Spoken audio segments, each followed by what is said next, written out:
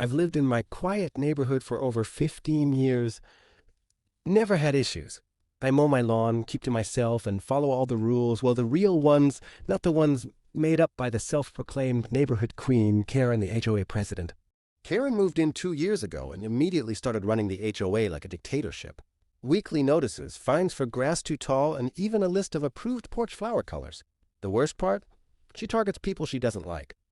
And I made the mistake of telling her once at a community meeting that she didn't have the authority to ticket non-HOA homes. Because here's the thing, I'm not even in the HOA. Oh, and one more thing she didn't know. I'm the county building code and compliance inspector. One day I get home and notice my curb address numbers, the painted on ones in front of the driveway, were gone. Painted over. Sloppily. Like someone used house paint to erase them. I thought it was some mistake. Maybe road work? But when I asked around, no one else's were touched. Then I found a small note taped to my mailbox. Your house number doesn't meet community standards. It has been removed. You may request a compliant curb painting by submitting a form and a $75 fee. Excuse me? Karen had unilaterally decided that anyone with faded or non-standard numbers had to use her son's curb painting business.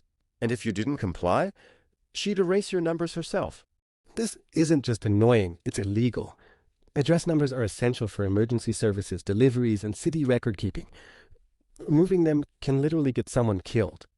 So I did what any normal person would do. I pulled the HOA bylaws. Confirmed, again, I'm not under their jurisdiction. And then I got to work as Inspector Me. The next Monday, I showed up at the HOA office in my county-issued vehicle, clipboard in hand, and an official inspection badge around my neck.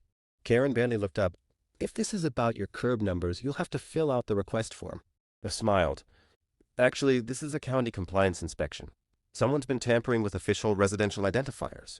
Her face dropped. I began citing the municipal code that defines the address numbers as legally required and protected by ordinance. I showed her photos of the curb, the note she left, and the flyer pushing her son's business. Then I dropped a hammer. Tampering with residential identifiers carries a fine of up to $5,000 per property and possible misdemeanor charges. She stuttered.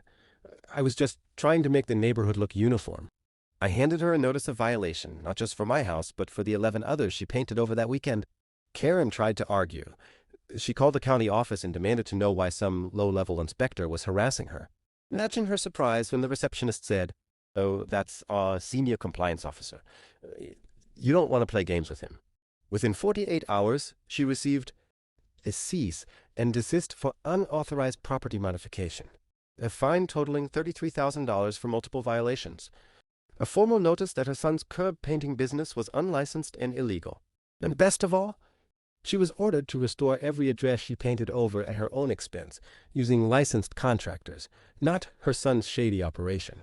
2 weeks later, I hosted a block party. No HOA rules, just good neighbors and barbecue. People from all around the street came. Karen wasn't invited.